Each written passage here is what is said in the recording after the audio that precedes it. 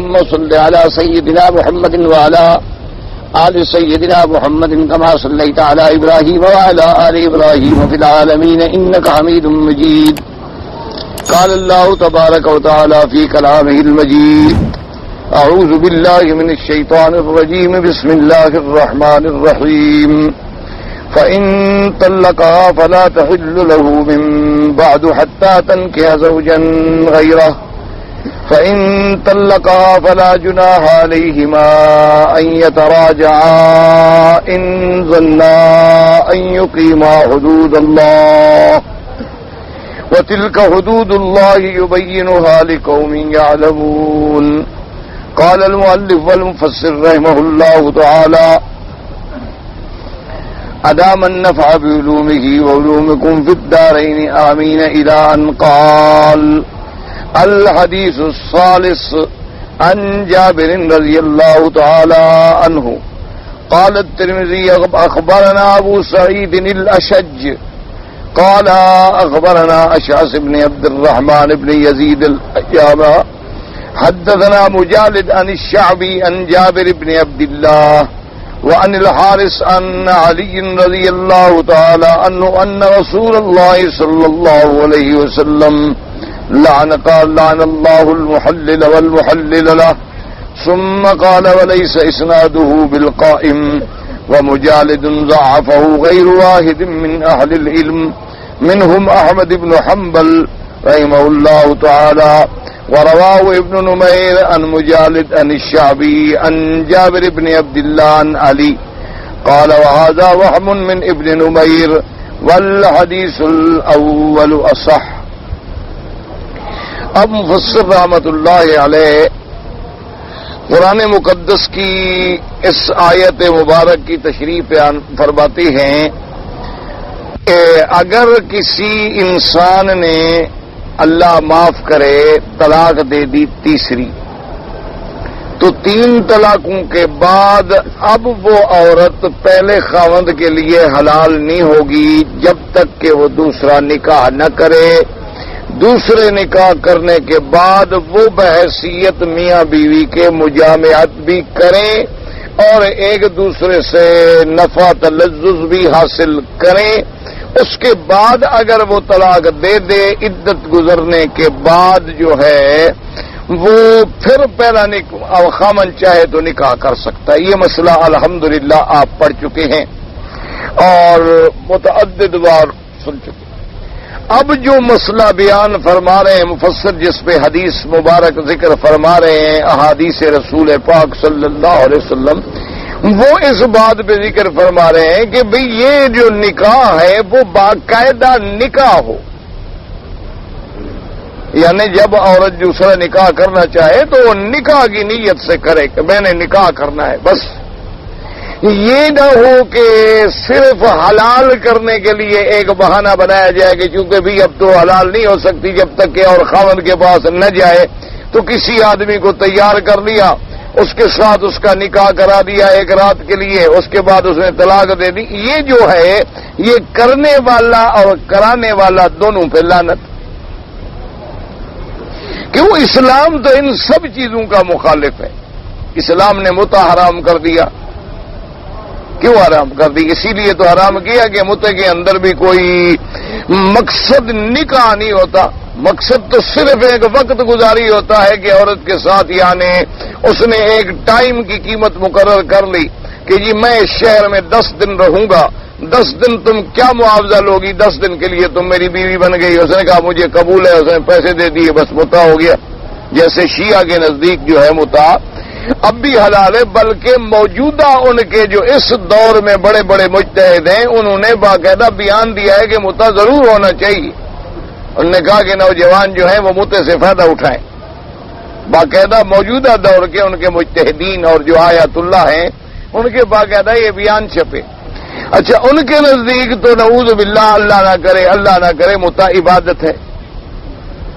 تو اب متع میں اور زنا میں بھی کیا فرق ہے؟ آپ خود ایک فیصلہ کریں کہ بھئی جیسے ایک زانی اللہ معاف کرے عورت سے زنا کرتا ہے پیسے دے کر، تو وہاں بھی تو عورت راضی ہوتی ہے.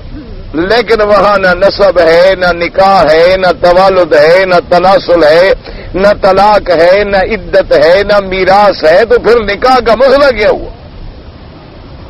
اور دلیل یہ پکڑنی کہ جی پہلے زمانے میں ابتدا میں بخاری شریف میں بھی حدیث موجود ہے کہ متع ہوا، تو ابتدا اسلام میں تو کئی چیزیں ایسی تھیں جو حلال تھی. ابتدائی اسلام کے اندر تو متعدد چیزیں ایسی ہیں جو حلال تھی، بعد میں حرام ہو گئی. اب ابتدائی اسلام میں تو ہمارا کعبہ بھی بیت المقدس تھا، لہٰذا اب ہم ادھر نماز پڑھنی شروع کر دیں. یہ کوئی دلیل نہیں ہوتی، یہ محض فرق ضالہ کا ضلال ہوتا ہے.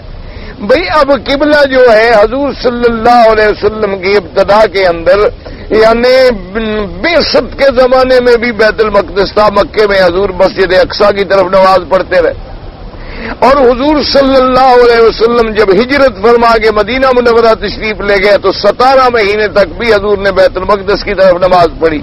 اس کے بعد حکم ہوا فول وجہ کا شطر المسجد الحرام. جب قرآن آ گیا بات ختم.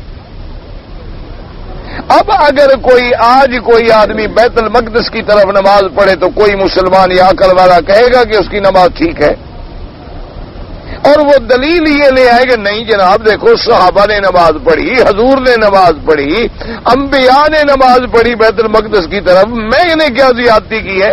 تو ہم کہیں گے تم قرآن کے منکر ہو، کیونکہ اللہ کے قرآن نے نسخ کر دیا، منسوخ کر دیا پہلے قبلے کو، حکم دے دیا فول وجہ کا شطر المسجد الحرام.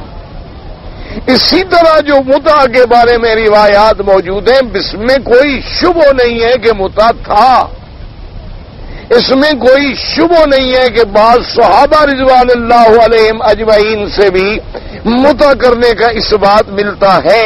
لیکن جب نہی آ گئی صریح، حضور نے منع فرما دیا کہ ختم، آج کے بعد متع نہیں ہے، ختم ہو گئی بات. اب اگر کوئی نعوذ باللہ فرق ضالہ جیسے روافض ہیں اور ان کے انواع و اقسام ہیں، وہ کہیں کہ نہیں جی متع حلال ہے، تو وہ قرآن کے بھی خلاف ہے اور نص قطعی کے بھی خلاف ہے اور فرمان رسول کے بھی خلاف ہے. اس لیے کہ اب اللہ نے جہاں جہاں قرآن میں نکاح کا حکم دیا ہے، مقصد کیا ہے؟ محسنین غیر مصافحین،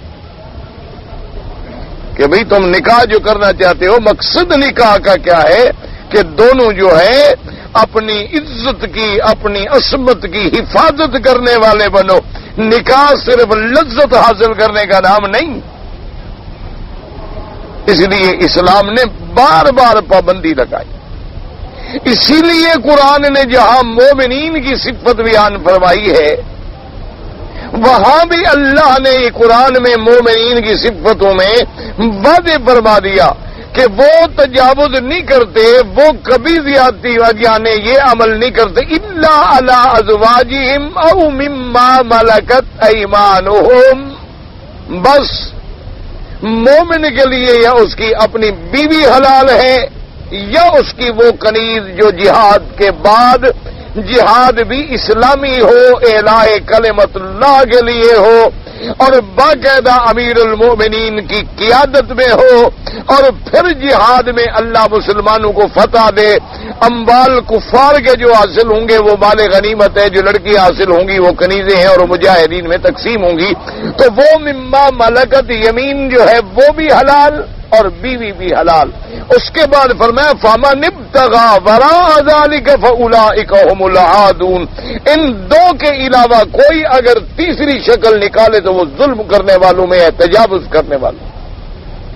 اب دو چیزوں میں انسان اللہ کے مومن جو ہیں ایمان والے بند ہو گئے کہ بھئی آدمی مومن جو ہے یا تو نکاح ہے اس کا، بیوی ہے، اس سے وہ لذت حاصل کر سکتا ہے، یا اس کی ملک یمین ہے، اس کی اپنا کنیز ہے، باندھی ہے.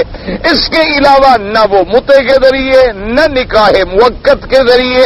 اچھا، نکاح موقت اور متع میں بھی ایک فرق ہوتا تھا کہ نکاح موقت یہ ہوتا تھا کہ بھئی ایک مرد ایک عورت سے نکاح کرتا تھا 3 مہینے کے لیے، ٹائم مقرر ہو گیا، لیکن گواہ بھی ہوتے تھے اور باقاعدہ ایجاب قبول یہ سب کچھ ہوتا تھا. اس کو کہتے تھے نکاح موقت. اور متع جو ہے اس میں نہ کسی گواہوں کی ضرورت، نہ کسی خطبے کی ضرورت، اور صرف اس کا عورت اور مرد کا مابین معاملہ جو ہے کہ اس نے کہا کہ ٹھیک ہے جی میں ایک رات کے لیے یا 2 رات کے لیے متع کرنا چاہتا ہوں، تم کتنے پیسے لوگی؟ اس نے کہا 500، 1000، 10 جو بھی ہو۔ اس نے کہا ٹھیک ہے قبول ہے، وہ حلال۔ یہ جو ہے اب اسلام نے ان سب کو حرام کر دیا کہ متع بھی حرام، نکاح موقت بھی حرام، حتیٰ کہ اسلام تو اتنی پابندی لگا رہا ہے کہ یہ نکاح ہو رہا ہے، باقاعدہ نکاح ہے، گواہ موجود ہیں، نکاح ہے، لیکن نیت یہ ہے کہ میں ایک رات نکاح کر کے کل طلاق دے دوں گا، تو اسلام نے کہا اس پر بھی لعنت ہے اللہ، کہ وہ صرف یہ اسی لیے نکاح کر رہا ہے کہ بس حلال کر دے، محلل ہے۔ تو اس لیے حضور صلی اللہ علیہ وسلم نے ایسے لوگوں پر بھی اللہ کی لعنت بھیجی ہے کہ بھئی نعوذ باللہ تم صرف ایک رات کے لیے دوسرے کی عصمت سے کھیلنا چاہتے ہو اور صبح تم اس کو طلاق دے دو۔ یہ کوئی مذاق ہے کہ کسی عورت کے ساتھ اس کی عزت لوٹی جائے، اس کی عصمت سے تار کیا جائے، اور مقصد یہ ہوگا جی میں نے کل طلاق دے دینی ہے تاکہ پہلے شوہر کے لیے وہ حلال ہو جائے۔ اس لیے اچھا اب 2 حدیثوں میں فرق کیا ہے؟ پہلی جتنی حدیثیں آپ نے پڑھی ہیں اس میں ہے کہ لعن رسول اللہ صلی اللہ علیہ وسلم، رسول پاک صلی اللہ علیہ وسلم نے الواشمہ والمستوشمہ، الواصلہ والمستوصلہ، المحلل والمحلل لا، آکل الربا وموکلہ کاتباہ وشاہدیہ، ان پہ رسول پاک نے لعنت بھیجی۔ اس حدیث میں آیا کہ لعن اللہ المحلل والمحلل لا، کہ اللہ نے لعنت بھیجی، لیکن اس سند کے اندر ایک راوی مجالد جو ہے وہ ضعیف ہے۔ لیکن یہ ہمیشہ یاد رکھیں قاعدہ ہے کہ حضور جس پہ لعنت بھیجیں تو حضور پاک کبھی اپنی طرف سے نہیں بھیجتے جب تک اللہ کا حکم نہ ہو، کیونکہ لعنت کرنا تو بڑا سخت مسئلہ ہے۔ لعنت کوئی ایسی چیز نہیں ہے کہ نعوذ باللہ جس کو چاہو کہتے رہو تم پہ لعنت ہو، فلاں لانتی ہے، فلانا بڑا لانتی ہے۔ یہ کیوں قاعدہ ہے شریعت کا کہ اگر تم نے کسی شخص پہ لعنت کی ہے اور وہ شخص لعنت کا مستحق نہیں تھا تو لعنت تمہارے اوپر واپس آئے گی۔ جیسے تم کسی کو کافر کہہ دو کہ فلاں ہو جی کافر، فلاں ہو جی کافر ہے، اگر وہ کافر اللہ کے ہاں نہیں تھا تو وہ کفر جو ہے پھر تمہارے اوپر لوٹے۔ اس لیے اور پھر اللہ کے رسول کیسے کسی پہ لعنت فرما سکتے ہیں؟ وما ينطق عن الهوى ان هو الا وحی یوحی، اللہ کے نبی تو اپنی طرف سے نہیں کوئی حکم فرماتے جب تک اللہ نہ حکم فرمائے۔ اور پھر اسی لیے لیکن یہ کمال احتیاط ہے محدثین کا، روات کا، کہ بھئی جہاں لفظ ہے حضور نے لعنت بھیجی، کہیں لفظ آیا اللہ کی لعنت ہے، تو اس میں جتنی فرق وہ بھی ذکر فرما دیا تاکہ کسی قسم کا اشتباہ نہ رہے، ورنہ جس پہ حضور راضی اللہ راضی، اگر حضور ناراض ہیں تو اللہ ناراض ہے۔ من یطع الرسول فقد اطاع اللہ، جس نے میرے رسول کی اطاعت کی اس نے اللہ کی اطاعت کی، اور جس نے اللہ کے رسول کی مخالفت کی تو گویا اس نے اللہ کی۔ اسی لیے ہمیشہ لیکن یہ صرف محدث احتیاط ہے کہ اس حدیث میں لفظ جو ہیں وہ ہیں لعن اللہ۔ اب اس میں ایک راوی ہے اسنادہ لیس بالقائم، یعنی سند اس کی قوی نہیں ہے کیونکہ اس میں مجالد جو ہے وہ راوی ضعیف ہے، اس کو امام احمد ابن حنبل رحمۃ اللہ علیہ حدیث الرابع عن عقبة بن عامر رضی اللہ تعالی عنہ قال ابو عبد الله قال حدثنا يحيى بن عثمان بن صالح المصري قال اخبرنا سمعت ليس بن سعد يقول قال ابو الوصاب مصطفى وابن عاهان قال عقبة بن عامر قال رسول الله صلى الله عليه وسلم الا اخبركم بالتيس المستعار قالوا يا بلى يا رسول الله قال هو المحلل لعن الله المحلل والمحلل له تفرد به ابن ماجه وقد روى ابراهيم يعقوب الجوزجاني ان عثمان ابن صالح ليس به ثم قال كانوا ينكرون على عثمان في هذا الحديث انكارا شديدا قلت عثمان هذا احد الثقات روى عنه البخاري في صحيحه ثم قد تابعه غيره رواه جعفر الغرياني عن عباس المعروف بن فريد النبی صلی عبداللہ صلی اللہ علیہ وبرئ من عہدی واللہ تعالی اعلم۔ اس حدیث سے مبارک میں آتا ہے کہ عقبۃ ابن عامر فرماتی ہیں کہ حضور پاک نے فرمایا الا اخبرکم بالتیس المستعار۔ تیس مستعار کہتے ہیں یعنی گھٹا، یعنی نر گھٹا لیا جائے کہ جی اس نے بکریوں کے لیے یا اپنے بھیڑیوں کے لیے۔ آپ نے فرمایا تمہیں پتہ ہے کہ وہ کرایہ والا جو بکرا ہے یا گھٹا ہے وہ کیا ہوتا ہے؟ لوگوں نے کہا کہ نہیں۔ ہم نے فرمایا یہی تو ہے جو عورتوں کو حلال کر رہا ہے، یہ بھی تو کرایہ والا سانڈ بن گیا نا۔ جیسے کہ جانور کرائے پر لیا جاتا ہے کہ چلو بھی ہم بکری لگا کے آپ کو واپس کر دیں گے، تو یہ بھی کرائے کا سانڈ بنا ہوا ہے کہ لوگوں کی عورتوں کو حلال کرتا پھر رہا ہے، اسی لیے نکاح کر رہا ہے بدبخت۔ نکاح تو اس لیے کیا جاتا ہے کہ میاں بیوی آئندہ زندگی گزاریں، ان کے درمیان تعاہد ہو، ان کے درمیان توادد ہو، تعاطف ہو، توالد ہو، تناسل ہو۔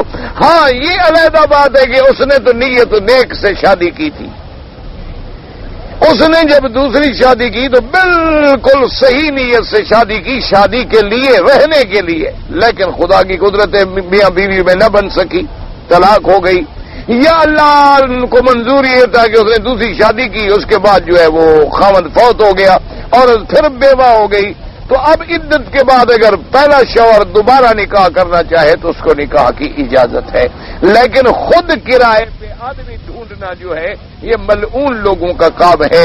حضور صلی اللہ علیہ وسلم نے ان پہ بڑی لعنت کی، تو اسی لیے میں نے عرض کیا تھا کہ ان چیزوں سے بڑی احتیاط کیا کریں کہ بھئی آدمی پہلے تو بھئی 3 طلاق دے کیوں؟ بس اس مصیبت میں پڑنے کی ضرورت ہی نہیں۔ جب اللہ تبارک و تعالی نے تمہارے لیے رستہ رکھا ہے کہ 1 طلاق دے سکتے ہو، 2 طلاق دے سکتے ہو، بس ختم کرو۔ تمہارا مقصد تو بھئی بیوی سے جان چھڑانا ہے نا، 1 طلاق دے کے جان چھڑا لو، ختم ہو گئی بات۔ 1 طلاق کی بھی جب عدت گزر جائے گی عورت جا کے دوسری جگہ نکاح کرے۔ اچھا تو مرد پر تو کوئی عدت ہے ہی نہیں، تم نے طلاق دے دی، دوسرے دن چاہے دوسری شادی کر لو، چاہے پہلے شادی کر کے اس کو طلاق دے، تو ضرورت کیا ہے کہ آدمی 3 طلاقیں دے؟ اس کو یعنی اللہ تبارک و تعالی نے جو احکام اور حدود نافذ بنوائے جاری فرمائے ہیں ان کے ساتھ آدمی کھیلتا رہے، اس کو اسلام نے بڑی سختی سے منع کیا ہے۔ وَلَا تَتَّخِذُوا آیَاتِ اللَّهِ هُزُوًا، اللہ نے فرمایا خبردار میری آیات کو تم ٹھٹا اور مخول بنا لیتے ہو۔ اللہ نے جو حکم لکھا ہے اس حکم کے مطابق رہو، تلک حدود اللہ، اللہ کی حدود ہیں۔ اسی لیے حضور پاک نے فرمایا ان اللہ فرض فرائض وشرع شرائع وحد حدودا فلا تعتدوها، اللہ نے فرض معین کر دیے ہیں، اللہ نے شرائع معین کر دیے، احکام معین کر دیے، بالکل حدود لگا دیے، خبردار ان حدود سے باہر نہ نکلو۔ اس لیے ہمیشہ یاد رکھیں اور ہر مسلمان کو ہر بندہ نصیحت کرے، کیوں صرف مولوی کے کہنے سے کیا ہو سکتا؟ ایک مولوی کی آواز بیچارے کی کہاں پہنچے گی؟ ہمارے پاس کون سے ذرائع ہوتے ہیں، کون سا ہمارے پاس الیکٹرانک میڈیا ہے کہ جی ہم ٹی وی پہ بیٹھ کے 10 لاکھ آدمی کو ایک رات میں بات پہنچا دیں؟ ہمارے پاس کیا ہوتا ہے؟ یہی محنت جو انسان جتنا ہو سکتا ہے کر رہا ہے، 100 آدمی، 50 آدمی، 200 آدمی۔ اچھا کبھی کسی نے ہمت کی تو کوئی کیسٹ بنا لی، کسی نے لے لی، کسی نے آگے پہنچا دی، ورنہ اصل بات تو یہ ہے کہ اسلام کا حکم یہ ہے کہ بلغوا انی ولو آیا، اگر ایک مسئلہ بھی تمہیں پہنچ گیا ہے تو تم آگے پہنچاؤ، اپنے گھر میں پہنچاؤ، اپنے رشتہ داروں میں پہنچاؤ، اور تاکہ گھروں کے اندر ایسے مسائل کے بارے میں علم ہونا چاہیے۔ کبھی یہ ساری زیادتیاں کیوں ہوتی ہیں؟ اصل میں جہالت کی وجہ، جہالت کی وجہ سے مقابلہ، ضد، اس نے کہا اس نے میری بیٹی کو طلاق دی ہے، 3 دی ہے، تم بھی 3 دو، اس نے میری بیٹی کو گھر سے نکال دیا، تم اس کی بیٹی کو گھر سے نکالو۔ کبھی جناب اللہ معاف فرمائے میاں بیوی آباد ہیں، خوش ہیں، راضی ہیں، باپ ناراض ہے، ماں ناراض ہے، کہتی ہے چھوڑ دو۔ اللہ کے بندے تمہارے بیٹے کا گھر آباد ہے، خدا کا شکر کرو۔ کبھی یہ ہوتا ہے اللہ تبارک و تعالی معاف فرمائے کہ خان کہتا ہے کہ نہیں جی ان کے ساتھ ہمارا قومی جھگڑا ہے، تم نے ان کی لڑکی سے نکاح کیوں کیا ہے، طلاق دو ورنہ تمہارا برادری سے ہر چیز بند۔ یہ سارا کیا ہے؟ یہ جاہلیت۔ اللہ تبارک و تعالی ہمیں بچائے اور اللہ تعالی مسلم کی توفیق عطا۔ اچھا سوال ہی پیدا نہیں ہوتا کہ اب ان لوگوں سے السلام علیکم ہو، ملنا ہو، اٹھنا ہو، بیٹھنا ہو، جی طلاق ہو گئی، اس کے لڑکے نے میری بیٹی کو طلاق دے دی، میرا ناک کٹ گیا، بس اب دشمنیاں شروع ہو گئی۔ وہ اللہ کے بندے، نہیں قدرت کو منظور نہیں تھا، نہیں نبھ سکی، اچھی بات ہے طلاق دے دی، تم اپنی لڑکی کی شادی کسی اور جگہ کر دو، وہ بھی اپنا اور کوئی جگہ ڈھونڈ لے تاکہ وہ بھی گناہ سے بچے، وہ بھی گناہ سے بچے، وہ بھی نفرت سے بچے۔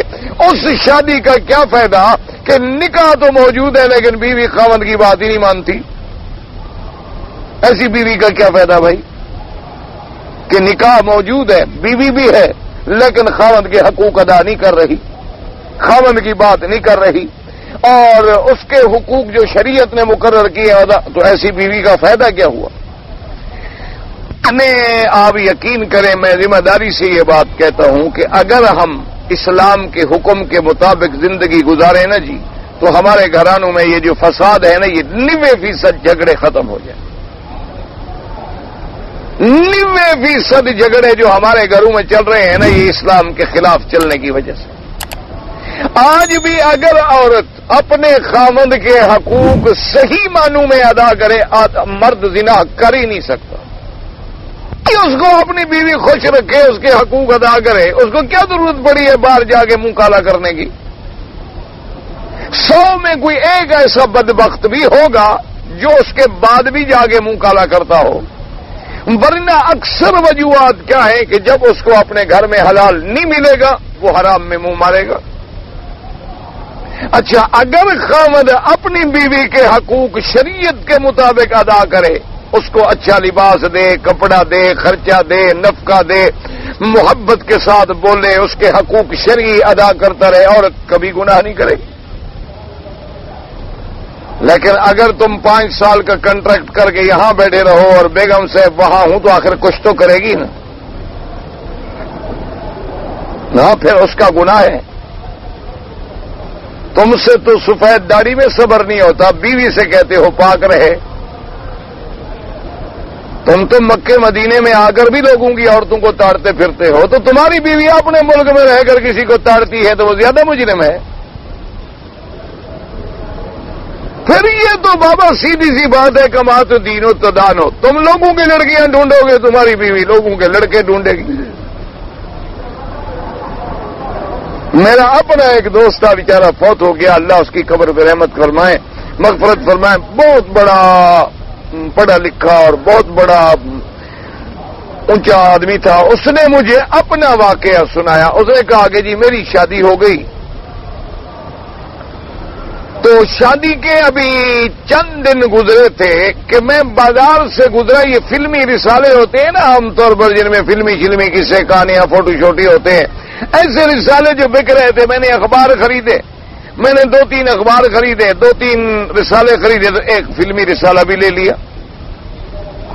ایسے بھی وہ آزاد منش آدمی تھا، وہ اللہ بخشے معاف کرے خدا اس کے گناہ معاف فرما دے، بہرحال موحد آدمی تھا، باقی گناہگار ہم سب گناہگار ہیں۔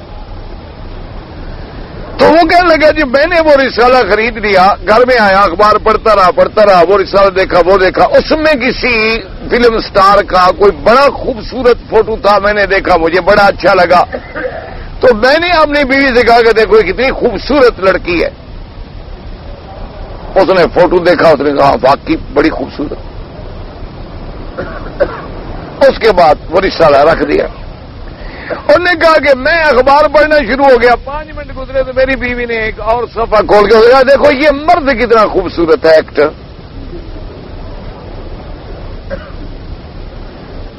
میں نے کہا بس سمجھ آ گئی، کیا جی آئندہ ہم غلطی نہیں کرنے کا، آئندہ میں بھی نہیں کروں گی۔ اگر آپ کو دوسری لڑکیاں اچھی لگ سکتی ہیں تو تم ساری دنیا میں زیادہ خوبصورت ہو، مجھے اور جوان بھی تو اچھے لگ سکتے ہیں۔ تم کون سے اترے ہوئے ہو، کوئی تم رضوان آئے ہو جنت سے نکل کر؟ تم سے بھی تو 1000 خوبصورت جوان پڑا ہے، تمہیں اگر میرے بغیر اور خوبصورت لڑکیاں مل سکتی ہیں، مجھے تم سے بہتر جوان مل سکتے ہیں، تم بھی ڈھونڈو میں بھی ڈھونڈوں گی، چلو اس طرح سینا، تم بگڑنا نہ میں بگڑوں گی۔ انہوں نے کہا جی، میں نے کہا بس توبہ جی، جو ہونا تھا وہ ہو گیا، مجھے مسئلہ سمجھ آ گیا۔ بات ختم. تو اس لیے ہمیشہ یہ اندازہ لگایا کریں کہ بھائی دیکھو، تم اگر ٹیلی فون پہ بیٹھ کے لوگوں کی عورتوں سے بات کرتے ہو تو تمہاری بیوی کیوں نہ لوگوں سے بات کرے؟ تم سے سبق لے رہی ہے، سن رہی ہے، پوچھ رہی ہے. ابھی کون ہے، کون بات کر رہا ہے؟ آدھا گھنٹہ جو تم لگے ہوئے ہو لوگوں کی عورتوں کے ساتھ. تو جب انشاءاللہ تم ڈیوٹی پہ جاؤ گے وہ بھی ٹیلی فون کر کے اطلاع کر دے گی کہ فکر نہ کرو، اب جگہ خالی ہے، سیٹ خالی ہے، تشریف لے آؤ، ابھی ہمارے خاوند 10 گھنٹے واپس نہیں آتے. جیسا کرو گے تیار رہو، بالکل بھگتنے کے لیے تیار رہو. تم نے اگر کسی کے لیے گڑھا کھودا ہے اسی گڑھے میں تم گرو گے. اگر گھر میں فوٹو لگا رہے ہو، بسوں میں فوٹو لگا رہے ہو، چھوٹے چھوٹے تمہارے معصوم بچے ہیں، 2 سال 4 سال 5 سال کے، تیرے البم فوٹو کے بھرے ہوئے ہیں، انشاءاللہ ان کو بڑا ہونے دو، وہ بھی ڈھونڈ کے لے آئیں گے. جو سبق ہم دے رہے ہیں اپنے بچوں کو انہوں نے تو وہی یاد رکھنا ہے نا. جو تعلیم ہم ان کو دے رہے ہیں انہوں نے وہی یاد رکھنی ہے. تمہیں نماز پڑھتا دیکھے گا بچہ، وہ بھی ساتھ کھڑا ہو جائے گا، اللہ اکبر. اس کو کوئی پتہ نہیں، نہ رکوع کا نہ سجدے کا، پڑا ہوا ہے. دیکھ جو رہا ہے کہ بھی میرا والد ایسے جھکتا ہے، سجدے میں جاتا ہے، اٹھتا ہے، کچھ ہے تو صحیح. لگا ہوا ہے، تم طواف کر رہے ہو وہ بھی ساتھ پھر رہا ہے. اگر تم شام کو میگدے میں بیٹھو گے، تم شام کو جناب بوتلیں کھولو گے تو فکر نہ کرو وہ بھی یہی سیکھیں گے. اس لیے اللہ پاک سے دعا کرو اللہ ہمارے معاشرے سے یہ عذاب رحمت اپنی رحمت کے ساتھ رفع فرما لے. ورنہ آج مسلمانوں کے گھرانے الا قلیل من عبادی الشکور، لاکھوں میں چند گھر ہوں گے جو محفوظ ہیں، ورنہ گھر ہمارے اجڑ چکے. اس میں مولویوں کے گھر بھی شامل ہیں، پیروں کے گھر بھی شامل ہیں، سب کے گھر شامل ہیں. بس خدا نہ کرے کہ پردہ نہ اٹھے، اللہ پردہ ڈالے رکھے. ورنہ اندر ہمارے حالات یہ ہیں کہ شیطان بھی شرماتا ہے. سیدھی سی بات ہے. یہ صرف ہماری ظاہری داڑیاں نہ دیکھا کرو، داڑیاں اور تسبیحاں اور نمازیں اور طواف، ذرا اندر کھول کے دیکھو نا تو شیطان بھی دیکھ کے بھاگ جائے کہ اندر کیا حال ہے. الحديث الخامس عن ابن عباس رضي الله تعالى عنهما قال ابن ماجه حدثنا محمد بن بشار قال حدثنا ابو عامر عن زمرة بن صالح عن سلمة بن وهران عن إكرمة عن ابن عباس رضي الله تعالى عنه قال لعن رسول الله المحلل والمحلل له حتريك أخرى. قال الإمام الحافظ خطيب دمشق أبو إسحاق إبراهيم بن يعقوب الجوزجاني الصادق قال حدثنا أبي مريم قال حدثنا إبراهيم بن إسماعيل ابن أبي حنيفة عن داود بن الحسين عن إكرمة بن عباس قال سئل رسول الله صلى الله عليه وسلم عن نكاح المحلل قال لا إلا نكاح رغبة لا نكاح دلسة ولا استهزاء بكتاب الله ثم يذوق وسيلتها ويتقوى آذان الإسلام ما رواه أبو بكر بن شيبة نميت بن عبد الرحمن بن سالم الفراتي من دين النبي صلى الله عليه وسلم من هذا ويتقوى كل من هذا المسلم الذي قبله بالآخر. اب جناب اس حدیث پاک میں آتا ہے کہ حضرت ابن عباس رضی اللہ تعالیٰ عنہ روایت فرماتی ہیں کہ سئل رسول اللہ صلی اللہ علیہ وسلم، حضور صلی اللہ علیہ وسلم سے پوچھا گیا کہ یا رسول اللہ، کوئی آدمی حلال کرنے کے لیے عورت کو نکاح کرتا ہے، نکاح المحلل، آپ نے فرمایا نا خبردار، جب بھی نکاح کیا جائے نکاح رغبت لا نکاح دلست، نکاح کیا جائے تو رغبت کے ساتھ، زندگی گزارنے کے ساتھ، دھوکے کے ساتھ نہیں کہ فقط میں دھوکہ دے کے ایک رات کے لیے حلال کر دوں. فرمایا نا ولا استہزاء بکتاب اللہ، اللہ کے قرآن سے استہزاء کر رہا ہے، اللہ کے قرآن سے ٹھٹا بخول کر رہا ہے. ثم یذوق وسیلتہ، اور پھر اس کی لذت بھی حاصل کرتا ہے. یہ یہاں بھی چونکہ روایات میں لفظ آتا ہے اسیدہ، اصل سے ہے نا، اصل کہتی ہیں شہد کو، یعنی جیسے شہد لذت حاصل کرتا ہے آدمی تو میاں بیوی بھی لذت حاصل کرتے ہیں. میرے خیال میں یہ انگریز بدبختوں نے بھی یہی لفظ چرایا ہے. وہ ہنی مون جو بناتے ہیں نا، ہنی بھی تو اصل کو کہتے ہیں نا. معلوم یہ ہوتا ہے کہ ان کو بھی یہی لفظ کہیں سے ہاتھ آ گیا. اس کا انہوں نے پھر وہ ہنی مون بنا دیا. ہنی کہتے ہیں شہد کو, تو لفظ عربی میں تو اسیلا ہے نا, اسیلا بھی کہتے ہیں شہد کو. تو انہوں نے اسی لفظ سے معلوم یہی ہوتا ہے, چونکہ یہ چور تو ہے نا جی, جتنی علوم تھے قرآن کے حدیث کے سب انہوں نے چرا لیے, اور ہم لوگوں نے بس قرآن شریف قسم کھانے کے لیے رکھا ہوا ہے. جھگڑا ہو گیا تو بھئی قرآن پہ ہاتھ رکھو. ساری زندگی جس نے قرآن شریف نہیں پڑھا وہ قرآن پہ ہاتھ جو رکھے گا تو کیا فائدہ ہوگا. وہ ہمارے ہاں ایک مثال مشہور ہے کہ کسی پولیس والے نے پکڑا ایک چور کو, اس نے کہا کہ بھئی وہ مدعی شریف آدمی ہوگا بیچارہ, اس نے کہا ابا جی یہ قرآن پہ قسم کھا لے, ہاتھ رکھ لے کہ میں نے چوری نہیں کی, بس اس کو چھوڑ دو. اس نے کہا چور سے کہ بھئی قرآن اٹھاؤ گے. اس نے کہا کہ جی قرآن شریف دکھاؤ تو صحیح مجھے پہلے, مجھے کیا پتا قرآن کیا ہے. او جناب قرآن دکھا, انہوں نے کہا جی یہ قرآن شریف. اس نے کہا 10 رکھ دو, یہ کون سا بوجھ ہے جو میں نہیں اٹھا سکتا. انہوں نے کہا 1 کے بجائے 10 رکھ دو اس کو. اب تھانے بڑا سمجھدار آدمی تھا, اس نے کہا بے وقوف, صرف قرآن ایسے نہیں اٹھایا جاتا, قرآن کے ساتھ نیچے ایک رحل ہوتا ہے, وہ رحل بھی ساتھ اٹھاتے ہیں. اس نے ایک بہت بڑی لکڑی پڑی ہوئی تھی بھاری, اس نے کہا اس پہ کپڑا ڈال کے قرآن رکھ دو, ہم کہیں گے بھی رحل کے ساتھ اٹھاؤ. تم نے اٹھا لیا تو سچے ہو, نہ اٹھا سکے چور ہو. انہوں نے جناب ایک بڑی لکڑی پڑی تھی کوئی شیشم کا بڑا, تو اس کے اوپر میں نے سمجھا تھا کہ یہ چھوٹا سا قرآن ہے, یہ تو 10 رکھ لو سر پہ تو میں اٹھا لوں گا. تو جب یہ حال ہو ہمارا, یا ہم نے قرآن لیا ہے تویز لکھنے کے لیے, یا ہم نے قرآن لیا ہے فال کے لیے کہ بھائی مولوی صاحب فال نکالو. اس نے کہا اچھا جی بسم اللہ الرحمن, ہاں نکلا. آگے کیا نکلا ہے عذاب, تو نے کہا عذاب ہوگا. اللہ کے بندے 10 دفعہ کھولتے جاؤ 10 جگہ نکل آئیں گے. کوئی عقل کی بات کرو. تم نے 1 دفعہ کھولا, چلو 1 صفحہ نکلے, دوسرے دفعہ کھولو گے اور نکلے گا, تیسرے دفعہ کھولو گے کوئی اور جگہ نکل آئے گا. لیکن نہیں, یہ بھی ایک مسئلہ ہے جی. قرآن سے جی ہم نے فال مبارک دیکھی ہے قرآن سے, اور نتیجہ یہ نکلتا ہے کہ وہی جہالت کی جہالت اللہ تبارک و تعالی معاف فرمائے. تو اس لیے ہم نے قرآن اس لیے رکھا ہے, ایک قسم کھانے کے لیے, ایک فال کے لیے, ایک تویز شریف کے لیے, اور ایک گھول گھول کے پلانے کے لیے, ایک جب مردہ مر جائے تو اس کے اوپر پھیر کے گناہ بخشوانے کے لیے, ایک جب قبر میں چلا جائے تو قبر کے اوپر بیٹھ کے پڑھانے کے لیے. یہ ہمارا کام ہے. باقی قرآن کے اندر جو ہے ہم نے عمل نہیں کرنا. اللہ و انا الیہ راجعون. بس اللہ سے دعا کرو اللہ ہمارے حال پہ رحم کریں. بس الحديث السادس النبي هريرة رضي الله تعالى عنه قال الإمام أحمد حدثنا أبو عامر قال حدثنا عبد الله وجعفر النصواني محمد المقبري قال النبي هريرة رضي الله تعالى عنه قال لعن رسول الله صلى الله عليه وسلم والمحلل له. وهكذا رواه أبو بكر بن شيبة الجوزجاني البيهقي من طريق عبد الله بن جعفر القرشي وقد وثقه أحمد بن حنبل وعلي المديني ويحيى بن وغيره وغيره في سنة محمد الأخرسي وثقه من نسين بكري ومتفق عليه. اس حدیث میں بھی آیا حضور پاک نے لعنت فرمائی.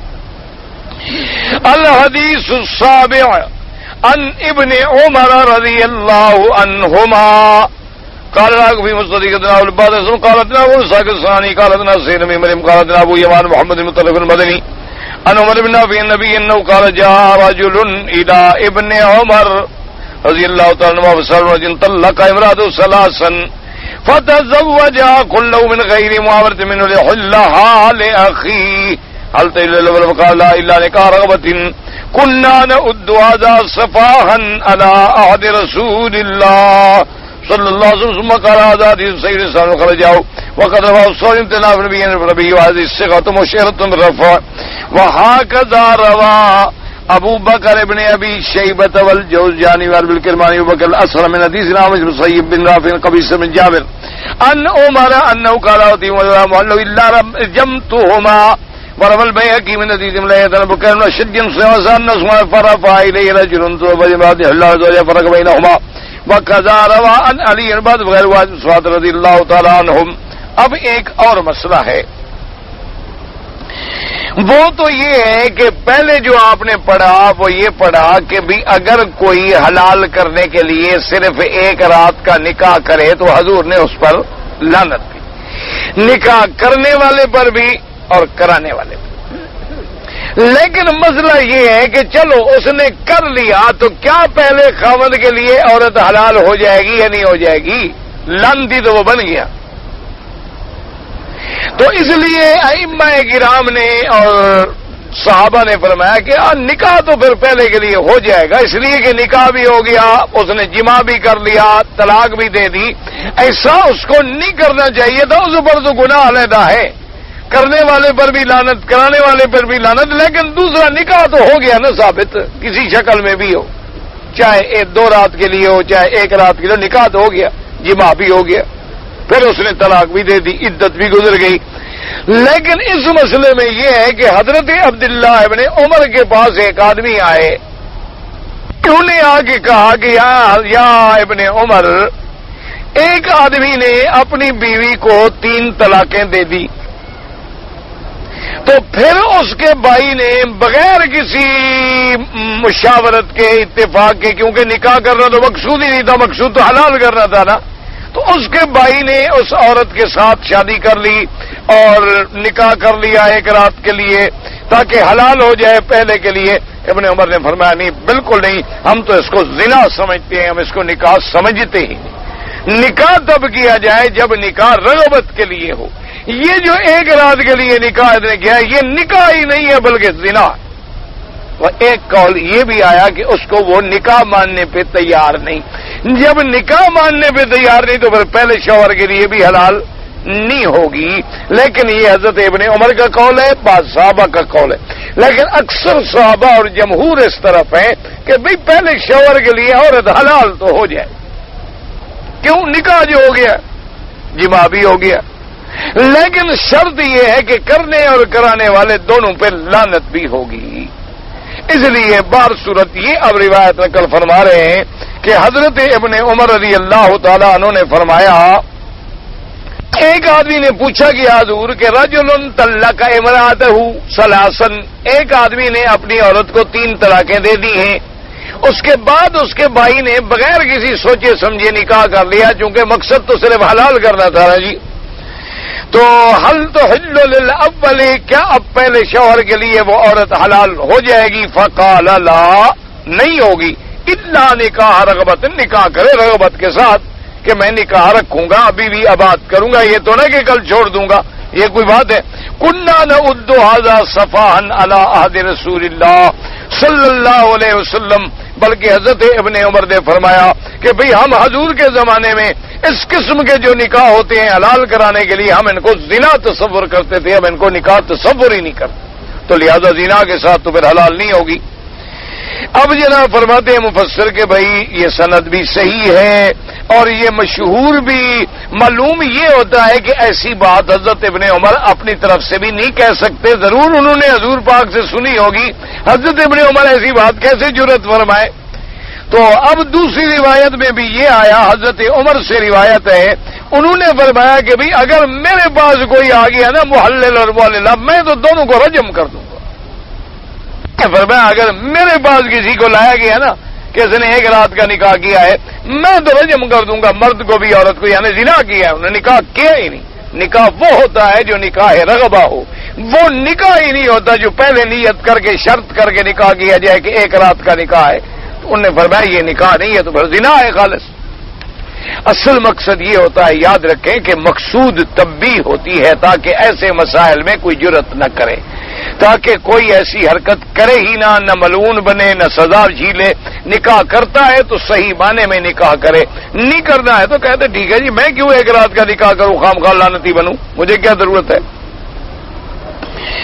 اب جناب فرماتے ہیں کہ حضرت عثمان بن عفان کی طرف بھی یہ بات کی گئی ہے کہ رجل تزوج امرأۃ لیحلھا لزوجھا، انہوں نے کہا جی ایک آدمی نے نکاح کیا ہے کہ بھئی اس کو تاکہ پہلے شوہر کے لیے میں حلال کر دوں، ففرق بینہما، میں خبردار کوئی تمہارا نکاح نہیں، توڑ دو اس کو، یہ کیا نکاح ہے کہ تم 1 رات کے لیے نکاح کر رہے ہو؟ قوله تبارک وتعالی فإن طلقا فلا جناح علیہما ان یتراجعا ان ظنا ان یقیما حدود اللہ اللہ نے فرمایا فَإِن طَلَّقَهَا، کیا مانا؟ الزوج الثانی، اگر وہ دوسرا شوہر بعد الدخول بها، عورت سے جماع کرنے کے بعد طلاق دے دے، اب پہلی عورت پہ اور پہلے شوہر پہ کوئی گناہ نہیں ہے کہ وہ اگر دوبارہ نکاح کرنا چاہیں، لیکن شرط یہ ہے کہ ان کو یہ یقین ہو کہ ہم اللہ کے حدود کو آئندہ قائم رکھیں گے، آئندہ حدود کو نہیں توڑیں گے، ایتعاشرا بالمعروف، اور حسن سلوک کے ساتھ بقیہ زندگی گزاریں گے۔ قال مجاہد ظن ان نکاح مالا غیر دلست، تاکہ ان کو یقین ہو کہ اب ہمارا نکاح جو ہے یہ کسی دھوکے سے نہیں ہے، کسی چالاکی سے یا چال بازی سے نہیں ہے، بلکہ صحیح معنی میں ہم دوبارہ نکاح کر رہے ہیں۔ اور فرمایا وَتِلْكَ حُدُودُ اللَّهِ يُبَيِّنُهَا لِقَوْمٍ يَعْلَمُونَ، اے اللہ پاک نے اپنے شرائع اور احکام جو ہے کھول کے بیان کر دیے ہیں، لیکن ان لوگوں کے لیے جو اللہ کے دین کو جاننے والے ہیں، قرآن کو جاننے والے ہیں، سنت کو جاننے والے ہیں، جو جانے ہی نہ مانے ہی نہ تو اس کے لیے کیا حکم۔ اب فرماتے ہیں وقد اختلف الائمۃ رحمهم اللہ فیما اذا طلق الرجل امرأته طلقة او طلقتين وتركها حتى انقضت عدتها ثم تزوجت بآخر فدخل بها ثم طلقها فانقضت عدتها ثم تزوج اول، هل تعود اليه بما بقي من الثلاث كما هو مذهب مالك والشافعي وحنبل وهو قول طائفة من الصحابة رضي الله تعالى عنهم، او يكون الزوج الثاني قد عدم ما قبله من الطلاق فإذا عادت إلى بلطوط مجموع الثلاث كما هو مذهب الصحابة رحمه الله تعالى من الزوج الثاني إذا عدم الثلاثة فلأن يهدم ما دونها بطريق الأولى والأحرى والله أعلم۔ جناب ایک اور مسئلہ ہے، یہی میں نے اسی لیے عرض کیا تھا نا جی کہ ایک ہوتا ہے قرآن کا پڑھنا اور ایک ہوتا ہے قرآن کا سمجھنا۔ سمجھنا جو ہے وہ بڑا فرق ہے، اسی لیے حضور پاک نے بھی ارشاد فرمایا تھا کہ وَلْتَكُمْ طَائِفَةٌ مِّنْكُمْ، بھی لازمی ہے کہ اسلام مسلمانوں میں سے ایک جماعت ایسی رہے جو دین سیکھے اور دین میں تفقہ حاصل کرے۔ اب دیکھیں کہ ایک ہی مسئلہ ہے، اب یہ آیت پڑھیں گے بظاہر پڑھنے والا یا اردو میں ترجمہ کرنے والا ترجمہ کر کے چلا جائے گا، لیکن ائمہ کرام نے کتنے مسئلے بیان فرمائے، کتنے مسائل کا استنباط ہوا، ایک ایک آیت سے ہزاروں سینکڑوں مسئلے نکلے، اور اسی کا نام ہے قرآن فہمی اور حدیث کا سمجھنا۔ مشکل یہ ہے کہ جو صرف لفظوں کا کھلاڑی ہے بیچارہ، وہ تو ظاہر لفظ پڑھ کے کہے گا جی یہ لکھا ہوا۔ اب مسئلہ یہ ہے کہ بھئی ایک آدمی نے عورت کو ایک طلاق دی یا ایک آدمی نے عورت کو دو طلاقیں دی، دو طلاق دینے کے بعد عدت گزر گئی، اب رجوع نہیں کیا، اس عورت نے ایک اور آدمی سے شادی کر لی، شادی کرنے کے بعد اس نے طلاق دے دی، عدت کے بعد پھر پہلے خاوند نے شادی کر لی، تو اب خاوند کا حق باقی صرف ایک طلاق کا رہ گیا یا تین طلاقوں کا حق باقی ہو گیا؟ کیونکہ ہر بندے کو کتنی طلاقوں کا حق ہے؟ 3 طلاقوں، اس کے بعد اس کو کوئی حق نہیں۔ اب 2 تو وہ پہلے دے چکا ہے نا اسی عورت کو، اب اس نے کی ہے دوسری شادی کے بعد پھر پہلے شوہر کے بعد، تو اب جب طلاق دے دے گا تو یہ 3 ہو جائیں گی یا پھر نئے سرے سے اس کو 3 کا اختیار مل گیا ہے؟ تو اس لیے اس میں اختلاف ہے۔ بعض ائمہ فرماتے ہیں کہ نہ، بس اب اس کو ایک طلاق ہے، 2 تو پہلے دے چکا ہے نا، اسی کی وہی پہلی بیوی تو ہے۔ اور بعد ائمہ فرماتے ہیں کہ نہ بھائی، جب 3 طلاقیں دینے کے بعد دوسرا نکاح کرے تو پہلے کے لیے حلال ہو جاتی ہے، تو دوسرا نکاح جب تینوں کو اڑا دیتا ہے، صاف بات ہے کہ صاف ہو گیا مسئلہ، اب پھر اول سے اس کے حق لوٹ آیا، اب تو وہ دوبارہ نکاح کر رہا ہے، پہلے 3 کے استعمال تو کر چکا ہے، پہلے 3 گولیاں اس نے مار دی، اب دوبارہ اس نے شادی کی تو اب تو دوبارہ میگزین میں 3 گولیاں ڈالے گا اور پھر مارے گا۔ تو اس لیے انہوں نے فرمایا کہ نہیں، کیونکہ جب 3 نکاح طلاقیں ہو جائیں تو اب پہلے شوہر پہ حلال نہیں ہے جب تک کہ دوسرا نکاح نہ کرے، جب دوسرا نکاح کیا تو پہلے شوہر پہ حلال ہو گئی تو 3 طلاقیں اڑ گئی تو حلال ہوئی نا، اگر نہ اڑتی تو حلال کیسے ہوتی؟ تو تو جب اس نے تینوں کو اڑا دیا ہے تو پھر اس کا مطلب ہے کہ اب اس کو پھر مجموع کا حق حاصل ہو گیا، کیونکہ اب ایک نیا عہد ہے، نیا عقد ہے اور اس میں نئی ابتدا ہوگی۔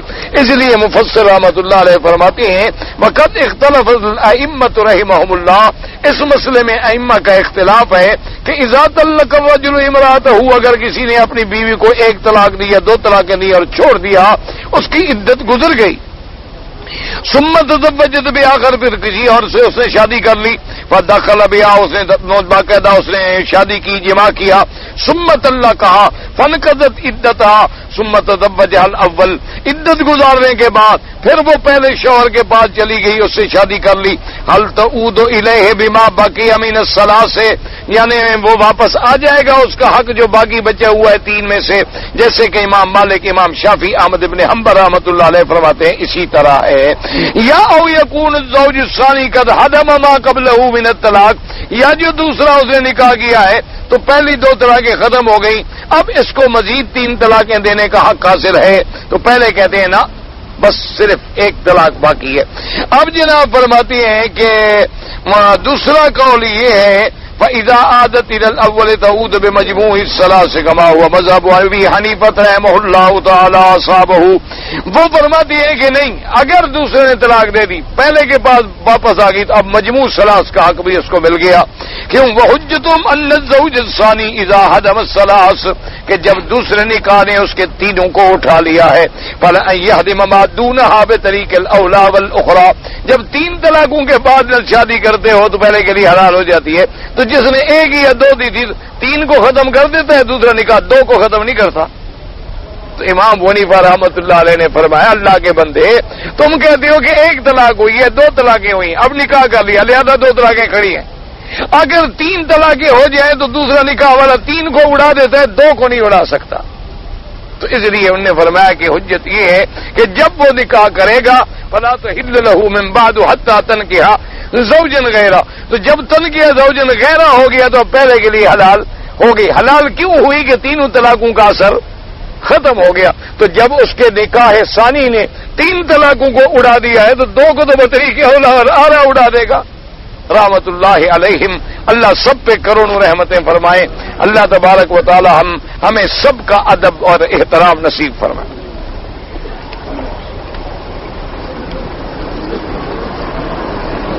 کہتے ہیں جی کہ ہم ایک کمپنی میں کام کرتے ہیں اور ہمیں جو ہے اپنا ناشتے میں مکھن جو دیتے ہیں وہ کسی کمپنی کا پتہ نہیں ڈنمارک کا یا لوور پاک پتہ نہیں کیا کمپنی کا بنا ہوا ہوتا ہے، تو کیا اس کا کھانا جو ہے وہ حلال ہے یا نہیں؟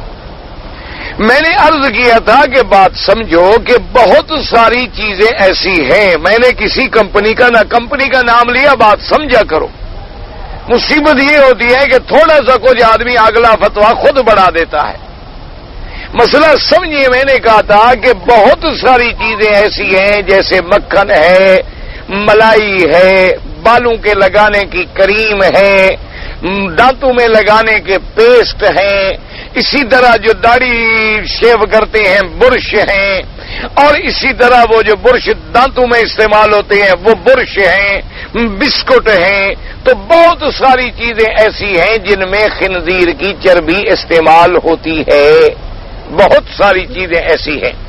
اچھا، اب یہ ہے کہ بعض کمپنیاں تو وضاحت کے ساتھ لکھ دیتی ہیں کہ اس میں خنزیر کی چربی ہے، سمجھ آ رہی ہے بات سمجھیں۔ تو جن کمپنیوں نے یہ لکھا ہوا ہے اس کے تو حرام ہونے میں کوئی شبہ ہی نہ رہا نا، بات ہی ختم ہوگی، تو واضح لکھا ہوا ہے کہ بھی اس میں خنزیر کی چربی ہے، اور جس میں خنزیر کی چربی یا گوشت یا میدا یا انزائم یا اس کی فیٹ قطرہ بھی آ جائے وہ چیز حرام، نجس العین ہو گئی۔ اچھا، بعض چیزیں ایسی ہیں کہ وہ نہیں لکھتے، لیکن یہ لکھتے ہیں کہ ان چیزوں میں چربی ہے، یعنی ان میں فیٹ ہے، یہ نہیں لکھتے کہ بھی کس چیز کا فیٹ ہے۔ تو اس کے لیے بھی میں نے یہ عرض کیا تھا کہ باہر یورپ کے ملکوں میں یا ان ملکوں میں جب آپ جاتے ہیں تو وہاں آپ دیکھیں گے نا جی، بڑے بڑے مثلا کسائیوں کے دکان ہیں تو وہ ڈرم رکھ دیتے ہیں چربیوں کے لیے، ان کے پاس ڈبے ہوتے ہیں چربی ڈالنے کے لیے، بعد میں وہ پیک ہو کے وہ ڈبے بک جاتے ہیں، وہ کمپنیاں لے جاتی ہیں جو آگے جا کے ان کے گھی بناتی ہیں۔ تو اب وہ بیٹھ کے فرق نہیں کرتا یہ گائے ہے، یہ بکرا ہے، یہ دمبا ہے، یہ خنزیر ہے، یہ بلا ہے، یہ کیا ہے۔ جو ٹکڑا بچا ڈبے میں ڈالتا گیا، جو پیس بچا وہ گندا اپنا اس کا جو بھی شام بچی کچھ بچی وہ اسی ڈبے میں ڈالتا گیا، ڈبے میں ساری بلا مل گئی۔ جب مل گئی وہ اور کمپنیاں لے گئی، انہوں نے ان کے گھی بنا ڈالے۔ تو اس لیے اب ہمیں کیا پتا کہ جو اس میں اس نے لکھا ہے کہ بھی جانور کی فیٹ ہے، کیا پتا وہ کیسی ہے، خدا جانے وہ بھی اسی مشترک قسم کی ہو، کیونکہ ان کے نزدیک حلال حرام کا مسئلہ تو ہے نہیں کہ مسلمانوں کے لیے علیحدہ ڈبہ رکھیں، کافروں کے لیے علیحدہ رکھیں، ہندو کے لیے علیحدہ رکھیں، سکھوں کے لیے علیحدہ رکھیں، یہود کے لیے علیحدہ رکھیں، نصرانیوں کے لیے علیحدہ رکھیں۔ ان کا تو ایک ڈبہ ہے، وہ گوشت بیچ رہا ہے، جو بچ رہا ہے پھینک رہا ہے، اس کو کیا ہے۔ تو اس لیے میں نے عرض یہ کیا تھا کہ کوشش یہ کیا کریں کہ جیسے مثلا بسکٹ خریدیں تو اس پہ دیکھیں کیا اینیمل فائٹ ہے یا ویجیٹیبل فائٹ ہے۔ اگر سبزیوں سے نکالی گئی ہے وہ چیز کس کا ختم حلال ہے، کوئی خوف ہی نہیں۔ اگر اینیمل ہے تو ڈر جائیں کہ ہو سکتا ہے کہ اس کے اندر کوئی ایسی بلا موجود ہو۔ احتیاط اسی میں ہے کہ اس چیز کو استعمال نہ کیا جائے۔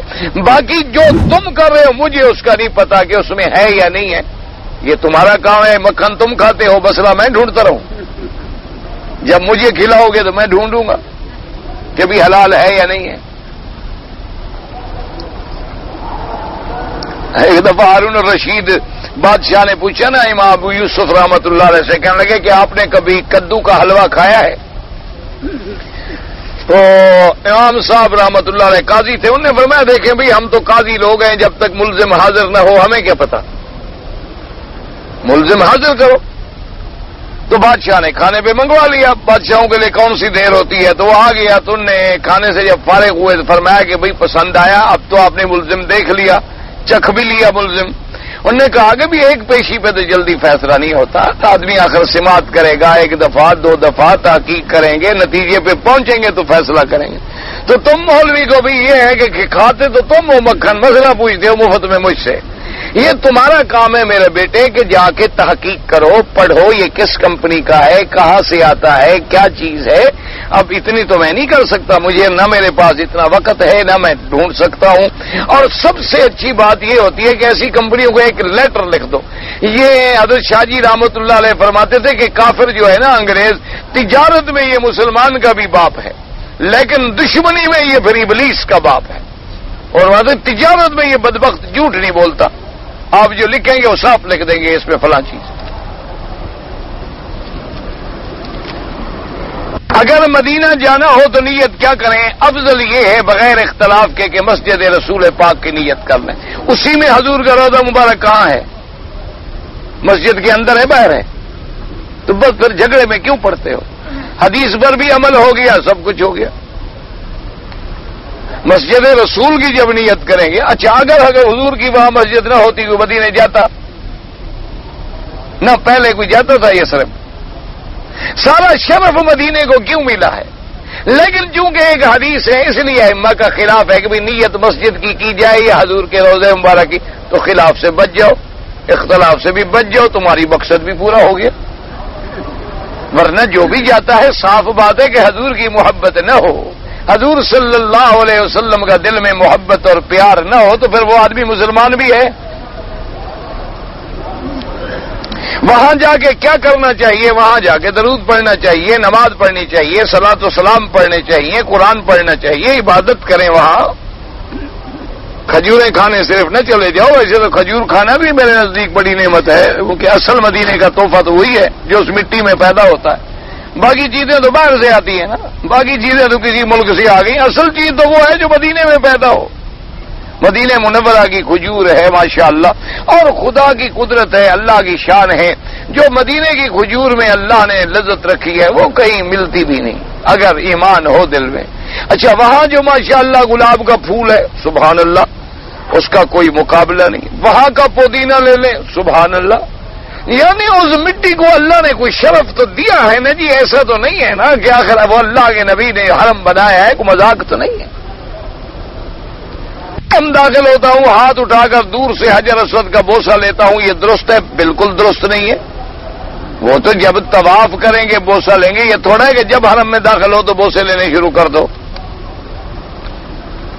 جو خط کے اوپر لوگ 786 لکھتے ہیں اس کا مقصد بسم اللہ الرحمن الرحیم ہے، یہ بھی بدعت ہے۔ حضور کے زمانے میں نہ 86 تھا، نہ 87 تھا، نہ 81 تھا، نہ 82 تھا، یہ تو تم نے نکالے ہیں نا، نہ نبی نے نکالے، نہ ابو بکر عثمان و علی نے نکالے، تو صاف بات ہے کہ بدعت ہے۔ 786 کوئی لکھتے ہیں، کوئی 192 لکھتے ہیں، کوئی 99 لکھتے ہیں، کوئی 98 لکھتے ہیں، پتہ نہیں کیا کیا لکھتے ہیں۔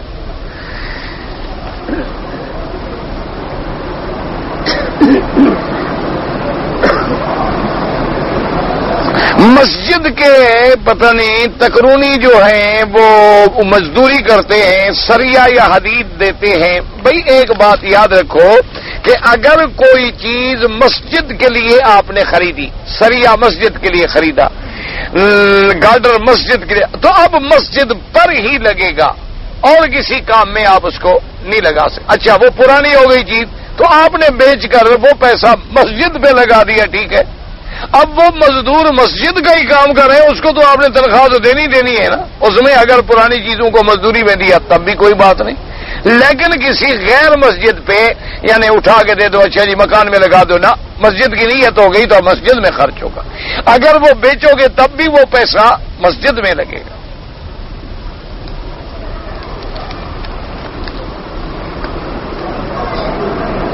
اگر ایک آدمی نے خواب میں اپنی بیوی کو دیکھا، اس پر احتلام ہو گیا، تو کیا وہ خود غسل کرے یا بیوی بھی غسل کرے؟ بیوی کو تو ہوا نہیں، وہ کیوں کرے؟ بیوی تو اپنے ملک میں بیٹھی ہے نا، تم تو یہاں خواب دیکھ رہے ہو۔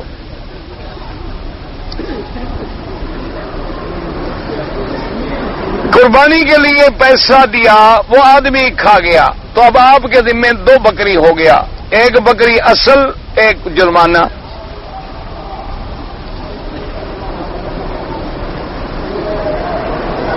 نکاح کے وقت لڑکے کو کلمہ پڑھانا بدعت ہے کہ سنت ہے؟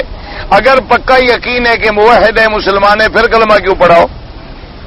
اگر پتہ ہو کہ ابھی قبر کو سجدہ کر کے آ رہا ہے اور نکاح کے بعد فوراً دادا صاحب کی مزار پہ جا کے سجدہ کرے گا تو کلمہ پڑھاؤ، پہلے مسلمان تو کرو اس کو۔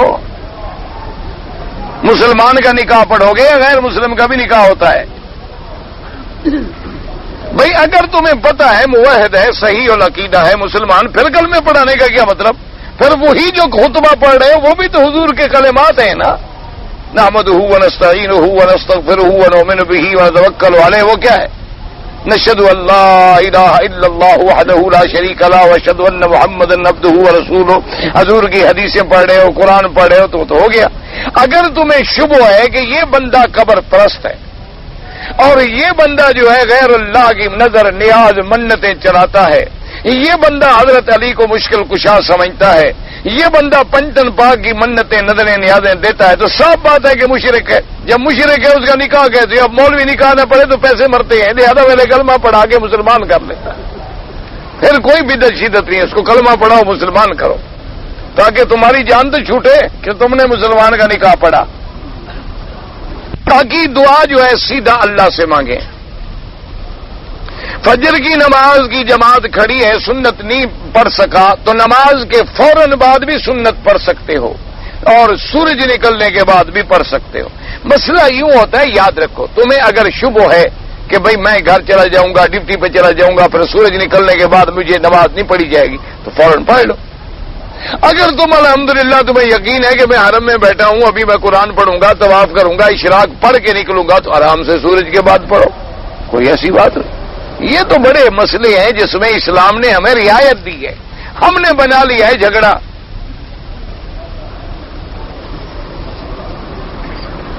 قرآن پڑھ کے اگر میں امت کو ثواب دوں، اللہ دیں گے۔ امام شافعی قائل نہیں ہے، حنفی حضرات قائل ہیں۔ امام کے پیچھے اگر ہم ظہر کی نماز پڑھیں، ظہر پڑھو یا عصر پڑھو، حنفی ہے تو بس امام کا پڑھنا اس کے لیے کافی ہے۔ اور اگر شافعی مسلک ہے، ظہر ہو، فجر ہو، مغرب ہو، چاہے امام پڑھ بھی رہا ہو، سن بھی رہا ہو، ان کے نزدیک فاتحہ ضروری ہے۔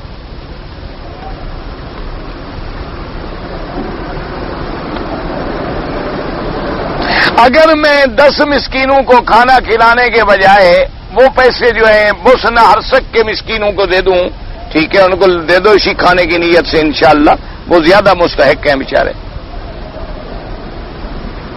اگر ایک آدمی نے ایک طلاق دی بیوی کو، طلاق رجعی، لیکن عدت کے اندر رجوع نہیں کیا، تو اب وہ عورت دوسری جگہ شادی کرے گی تو دوسری جگہ کیوں نہیں کرے گی؟ اللہ کا بندہ، عدت گزر گئی، پہلے کا نکاح ختم ہو گیا، اب دوسری جگہ کیوں نہ کرے شادی؟ یا تو وہ عدت میں رجوع کر لیتا تو پہلے کی بیوی رہتی نا، اس نے رجوع نہیں کیا تو طلاق نافذ ہو گئی، اب عورت دوسری جگہ شادی کرے۔ اگر کوئی ظالم شوہر اپنی بیوی پہ ظلم کرتا ہے اور بیوی طلاق مانگتی ہے، وہ طلاق نہیں دیتا، تو بھائی ظلم کرتا ہے، قیامت میں سزا بھگتے گا۔ اگر عورت مظلوم ہے تو وقت کے قاضی کو جا کے درخواست دے، وہ تحقیق کریں گے، حالات کے مطابق دیکھ کے فیصلہ کریں گے۔ ہر عورت کو کہنے سے تو نہیں ہو سکتا، ایسے تو پھر ساری عورتیں مظلوم ہو جائیں گی۔ اپنے گھر کی فکر کرو، ایسے چھٹی نہ دو ہر کسی کو۔ عورت تو سب کی تنگ ہے، کسی کی عورت خوش ہے؟